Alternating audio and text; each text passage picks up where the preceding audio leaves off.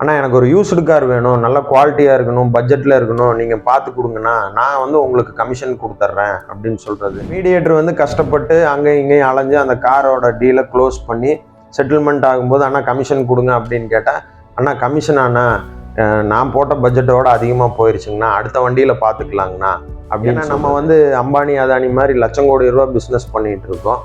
இந்த மாதம் இல்லை அடுத்த மாதம் வந்து நம்ம கமிஷன் வாங்கிக்கலாம் அப்படின்னு சொல்லிட்டு எழுதப்படாத உண்மை என்ன அப்படின்னு பார்த்தா புரோக்கரு, இந்த கார் மீடியேட்டரு, ரியல் எஸ்டேட் புரோக்கருக்கெல்லாம் சொல்கிற விஷயம் முதல்ல வந்து நீ ஃபஸ்ட்டு வந்து உங்களுக்கு என்ன கமிஷனோ நான் கொடுத்துட்றேன்னா இந்த மாதிரி கொஞ்சம் குயிக்காக பண்ணி கொடுங்கண்ணா அப்படின்னு சொல்லிட்டு அவங்களையவே வச்சு வேலையும் வாங்கிட்டு லாஸ்ட்டில் செட்டில்மெண்ட்டுன்னு வரும்பொழுது அந்த கமிஷனுக்கு அவங்கள அமேசான் ஃப்ளிப்கார்ட்டும் கூட ஆன்லைன் ஷாப்பிங் ஆப் மூலமாக அவன் வந்து எல்லா பொருளுக்குமே வந்து கமிஷன் அப்படிங்கிற ஒரு விஷயத்தை வச்சுருக்கிறான்.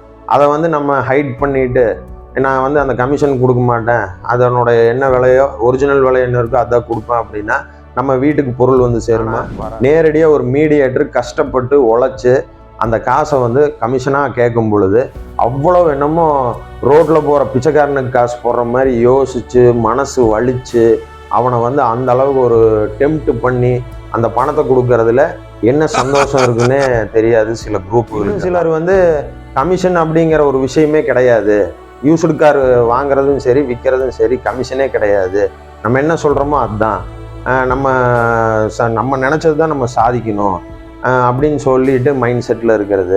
சரி கார் விற்றதுக்கப்புறம் ஆனால் உங்கள்கிட்ட முதல்ல நான் சொல்லியிருந்தேன் கமிஷனு அப்படின்னு சொல்லிட்டு நம்ம போய் கேட்கும் பொழுது அவங்க சொல்கிற விஷயம் என்ன, நீங்கள் அவர்கிட்ட வாங்கிக்கிங்க, அதாவது யாருக்கிட்ட கார் விற்கிறவர்கிட்ட வாங்கிக்கிங்க, கார் வாங்கி கொடுங்க கமிஷன் தரேன்னு சொல்லிட்டு கார் விற்கிறவர்கிட்ட போய் நீங்கள் கமிஷன் வாங்கிக்கிங்க அப்படின்னு சொல்லுவாங்க. ஏன்னா இவங்க தான் அப்புறம் கார் விற்றதுக்கப்புறம் 5000 ரூபா கொடுக்குற இடத்துல ஒரு 2000 ரூபாய் கொடுக்கறது. கேட்டால் வந்து அண்ணா இது போதுண்ணா இப்போதைக்கு நீங்கள் வைங்க, காருக்கு வந்து லோன் ஆனதே பெருசு, காரு இப்படின்னா முதல்ல காருக்கு அட்வான்ஸ் பண்ணும் பொழுது எல்லாமே பார்த்து 10 பேர் ஓட்டி அதையும் இதையும் பண்ணி அங்கேயே வந்து ஒரு பெரிய ட்ராமாவை கிரியேட் பண்ணி, அதாவது கார் வாங்குறவர் சும்மா இருப்பார், கார் வாங்குறவரோட வர்ற ஃப்ரெண்ட்ஸ் அண்டு ஃப்ரெண்ட் இருப்பாங்க இல்லையா, அவங்களுக்கு வந்து அந்த அறிவு வந்து அப்படியே அறிவு மாதிரி கேள்விகளுக்கெல்லாம் நம்ம பதில் சொல்லி அந்த டீலை க்ளோஸ் பண்ணதுக்கப்புறம் எல்லாம் ஃபைனல் செட்டில்மெண்ட் ஆனதுக்கப்புறம் கமிஷன் கேட்டால் இந்த அறிவு ஜீவிகள் சொல்கிற ஒரு விஷயம் என்னன்னு பார்த்தீங்கன்னா, அண்ணா கமிஷன் தானேண்ணே பார்த்துக்கலாண்ணே, அடுத்ததில் பார்த்துக்கலாம், அடுத்ததில் பார்த்துக்கலான்னா நம்ம என்ன நீங்கள் என்ன மாதம் என்ன வண்டி வாங்கிட்டு இருக்க போகிறீங்களா, இல்லை மாதம் உங்களுக்கு புது ஷோரூம் மாதிரி நம்ம ரிப்பன் கட்டி விற்றுக்கிட்டு இருக்கிறோமா? இந்த மீடியேட்டரை போட்டு எந்த அளவுக்கு வந்து இன்னைக்கு ட்ரெண்டில் வந்து போட்டு சாவடிக்கிறாங்க அப்படிங்கிறது தான் ஒரு வீடியோ. யூஸ்டு காரை வாங்கணும்னு நினைக்கிறவங்களுக்கும் சரி விற்கணும்னு நினைக்கிறவங்களுக்கும் சரி ஒரு மீடியேட்டரு அதுக்கு எவ்வளோ கஷ்டப்படுறாரு, எந்தெந்த மாதிரியான பிரச்சனையெல்லாம் அவர் எதிர்கொள்கிறாரு அப்படிங்கிறது தான் இந்த ஃபுல் வீடியோ. நம்ம சேனலை வந்து சப்ஸ்கிரைப் பண்ணாமல் இருந்தீங்கன்னா சப்ஸ்கிரைப் பண்ணிக்கிங்க. வாங்க வீடியோக்குள்ளே போகலாம்.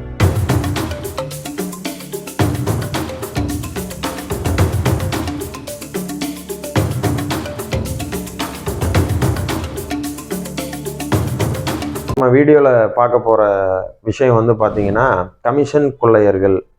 அதாவது எல்லாத்தையும் சொல்லிட முடியாது, மேக்சிமம் வந்து பார்த்தீங்கன்னா இந்த யூஸ்டு கார் மீடியேட்டர் ஆகட்டும், ரியல் எஸ்டேட் மீடியேட்டர் ஆகட்டும், அவங்ககிட்ட ஃபஸ்ட்டு சொல்கிற விஷயம் நீ எனக்கு கார் வாங்கி கொடு, நான் உனக்கு வந்து கமிஷன் எவ்வளவோ அது நான் பண்ணி கொடுத்துட்றேன் அப்படிங்கிற மாதிரி சொல்லுவாங்க.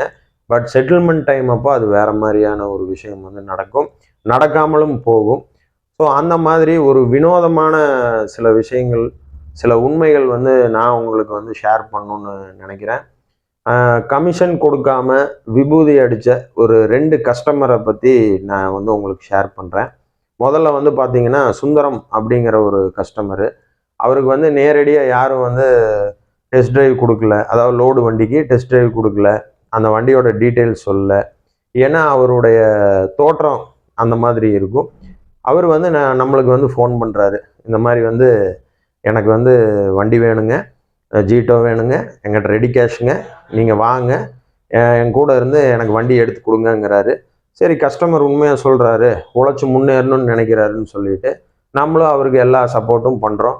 அவர் கூட போகிறோம், 4 இடத்துல வண்டி பார்க்குறோம், அப்புறம் வந்து ஃபைனான்ஸ் ப்ராசஸ் என்ன மாதிரி இருக்குதுன்னு பார்க்குறோம், செட்டில்மெண்ட் ப்ராசஸ் என்னங்கிறத எல்லாமே கூட இருந்து கம்ப்ளீட்டாக நம்ம வந்து அவர் கூடயே சுற்றி நம்ம எல்லாம் பண்ணுறோம்.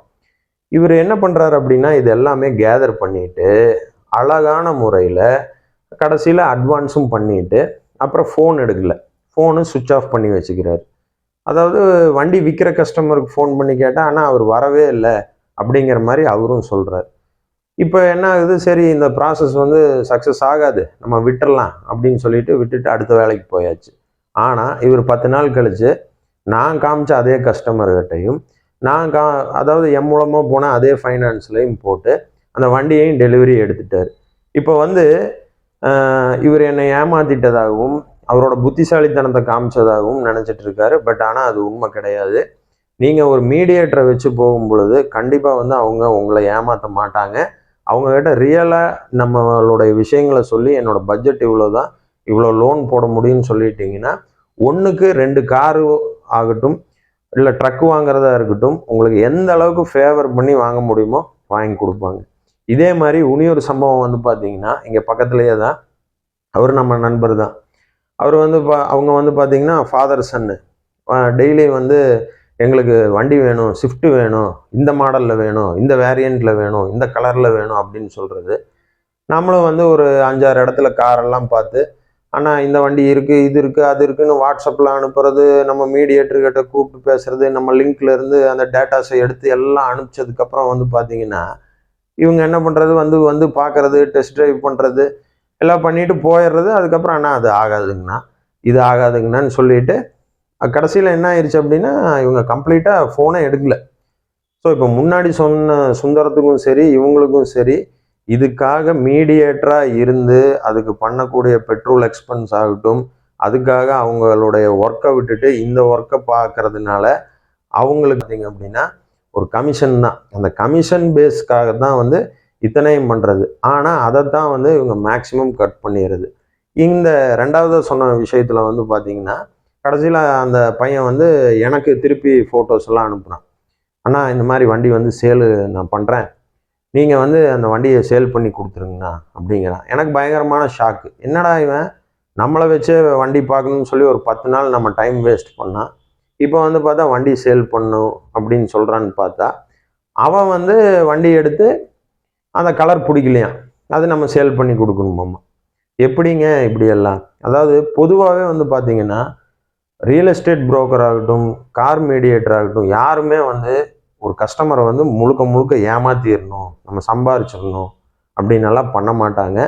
அவங்கனால எந்த அளவுக்கு வந்து ஹெல்ப் பண்ணி அந்த கார் வாங்கி கொடுக்கறதுக்கு எவ்வளோ சப்போர்ட் பண்ணுமோ சப்போர்ட் தான் பண்ணுவாங்க. தயவு செய்து நீங்கள் ஒரு கார் வாங்குறீங்க, ஒரு லோடு வண்டி வாங்குறீங்க அப்படின்னா மீடியேட்டரை நம்பி வாங்க போகிறீங்கன்னா கண்டிப்பாக நீங்கள் 100% வாங்கலாம். ஏன்னா அவங்க வந்து நீங்கள் செய்ய வேண்டிய வேலைகள் எல்லாத்தையுமே அவங்க செஞ்சு உங்களுக்கு ஃபில்ட்ரு பண்ணி உங்களுக்கு ஃபைனான்ஸ் அரேஞ்ச் பண்ணி இந்த மாதிரி எல்லா ஒர்க்கும் பண்ணி தான் உங்களுக்கு ஒரு குவாலிட்டியான முறைக்கு அந்த டீலை வந்து க்ளோஸ் பண்ணி கொடுப்பாங்க. அதனால் அவங்கள நம்புங்க. அவங்க செஞ்ச ஒர்க்குக்கு ஆன் டைம் வந்து அந்த கமிஷன் அப்படிங்கிற ஒரு விஷயத்தை வந்து கொடுத்துருங்க. நிறையா வந்து கமிஷன் கொடுக்காம அந்த கமிஷனுக்காக இழுத்து போட்டு கசகசன்னு பண்ணுற மாதிரியெல்லாம் எதுவுமே பண்ணாதீங்க. ஏன்னா அவங்களுக்கு அது ஒரு ஒர்க்கு. ஸோ எனக்கு வந்து இந்த விஷயத்தில் வந்து நிறைய அனுபவங்கள் இருக்குது, நிறைய உண்மை கதைகளே இருக்குது. அதெல்லாம் ஒரே வீடியோவில் சொல்லவும் முடியாது. இந்த வீடியோ வந்து கண்டிப்பாக உங்களுக்கு கார் வாங்குறவங்களுக்கு யூஸ்ஃபுல்லாக இருக்கும், கார் விற்கிறவங்களுக்கும் யூஸ்ஃபுல்லாக இருக்கும்னு நான் நம்புகிறேன். இந்த வீடியோ உங்களுக்கு பிடிச்சிருந்தது அப்படின்னா மறக்காமல் நம்ம சேனலுக்கு வந்து சப்ஸ்கிரைப் பண்ணுங்கள், ஷேர் பண்ணுங்கள், லைக் பண்ணுங்கள், கமெண்ட் பண்ணுங்கள். நன்றி, வணக்கம்.